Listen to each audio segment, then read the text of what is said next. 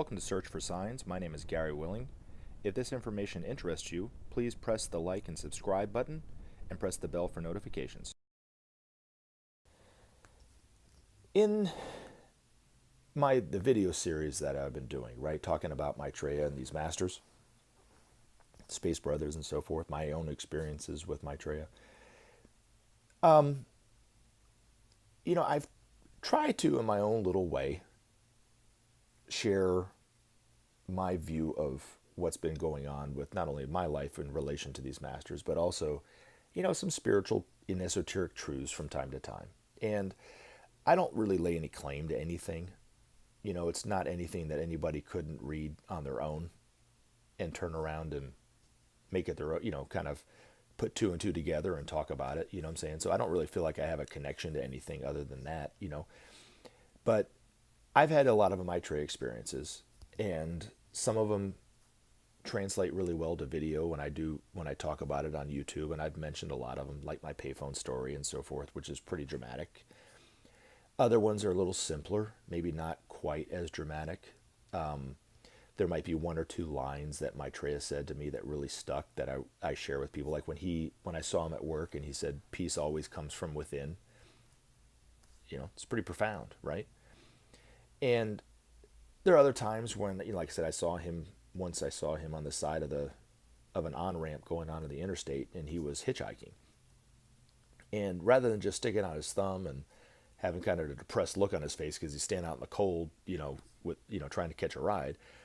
I mean, here was this kid that was waving people over to the curb like he was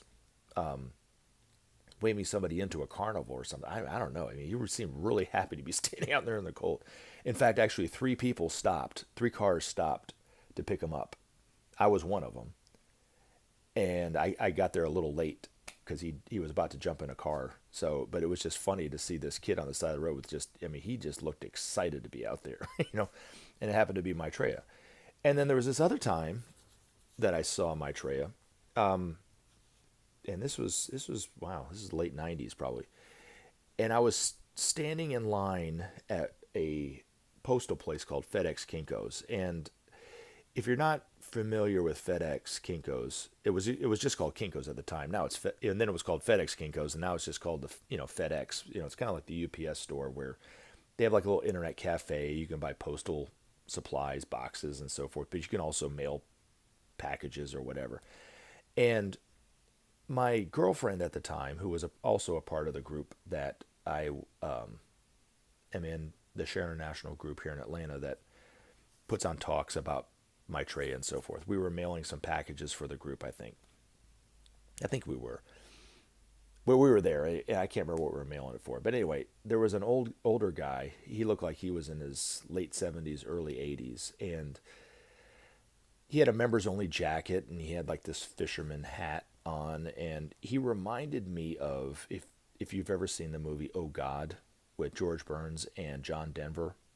And the funny thing is in this movie, if you're not familiar with it, George Burns, who was an older actor, I think he was in his 90s actually when they filmed it, but he played God, and he wore this hat. He wore this little fisherman's hat, and he had like this members only jacket or whatever. He had like a little coat on, and he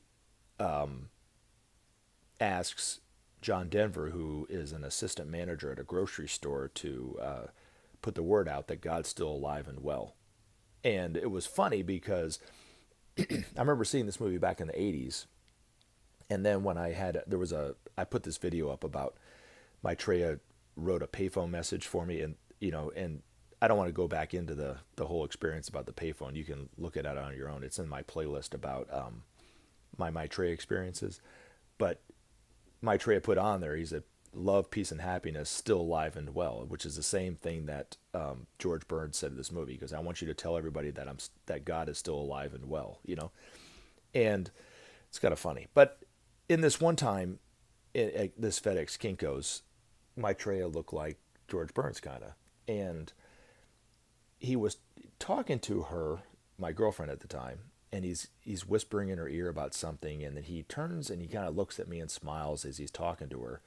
And I remember him pointing at me, and he said to her, he goes, "Make sure that boy knows how lucky he really is." And for a time, I remember, and I'm kind of ashamed to think about this. I'm embarrassed, not really ashamed, but I was embarrassed that I even had this thought. But I remember thinking to myself, like, wow, maybe I'll win the lottery. Maybe that's what he meant. He meant by that, right? Well, I can tell you right now that's not what Maitreya meant. Because if I play the lottery, I don't even get any numbers. I mean, I'm very unlucky when it comes to those kind of things. So, but when I was talking to Benjamin Creme about this experience, I remember he told me, he goes, I think I never told Ben that I thought that I would win the lottery, but I think he even mentioned something about that. He goes, you're not going to win the lottery about this, or something like that, right?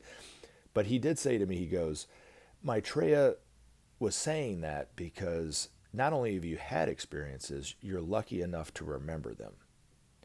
And I've always been a believer that I'm not unique in having Maitreya experiences at all. I'd never really thought that I was special in any way for having any kind of Maitreya experiences, because I think that hundreds of thousands of people, maybe millions of people have met Maitreya, maybe not realized it. And I'm just happen to be one of the lucky ones that remember it. And maybe even a little luckier than them because I seem to remember a lot of them, right?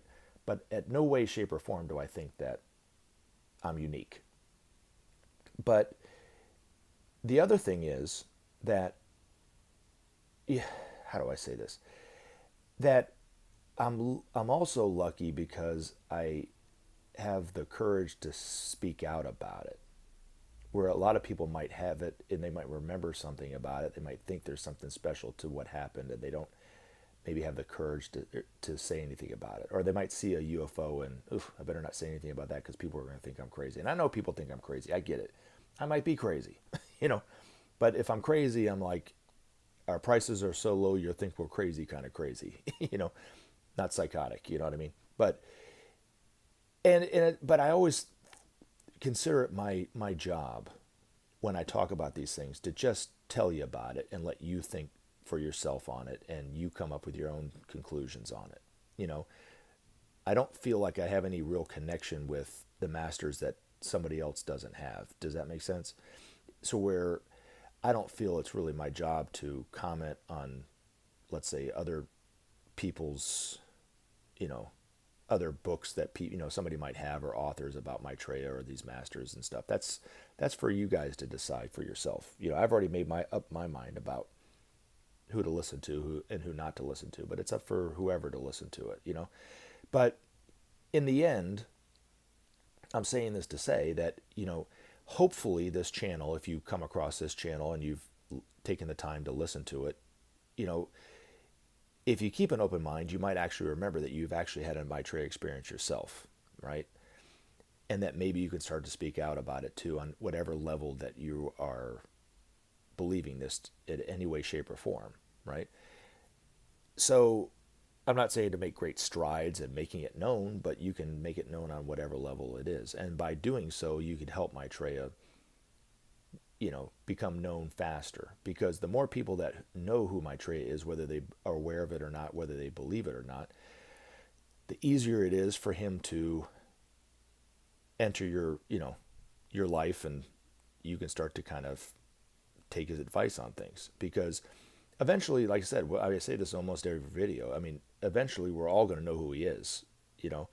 Eventually we're all going to see him on TV. He'll be known for who he is. He'll be interviewed, like a popular, political figure, or social figure, or whatever. Hopefully there won't be a reality show about him. I'm kidding. No, but the thing of it is that people will look to him for his advice, right?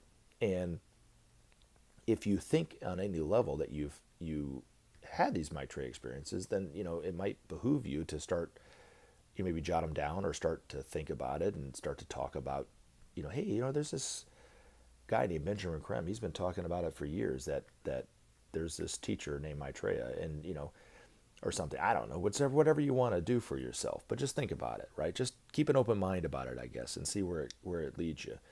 But when I've had these Maitreya experiences, I'll kind of leave it with this. It's left me with little doubt that Maitreya is who he says he is, or who Benjamin Creme says who Maitreya is, because Maitreya is not saying he's the Christ, but Benjamin Creme is. And it leaves me with even less doubt about his true intention, which is here in a beneficial manner, which is here to help us and help us save ourselves from ourselves, really. And what excites me the most, not even about my own experiences, but what excites me about this information is to see humanity galvanized for change. That's really that gets me up in the morning time. And I think that Maitreya, and I believe that Maitreya is that X factor, that galvanizing force that's going to bring it all together so that we can make the changes. And as always, take action. Help SOP save our planet. Thanks for listening, and we look forward to talking to you again in future videos. Have a great day.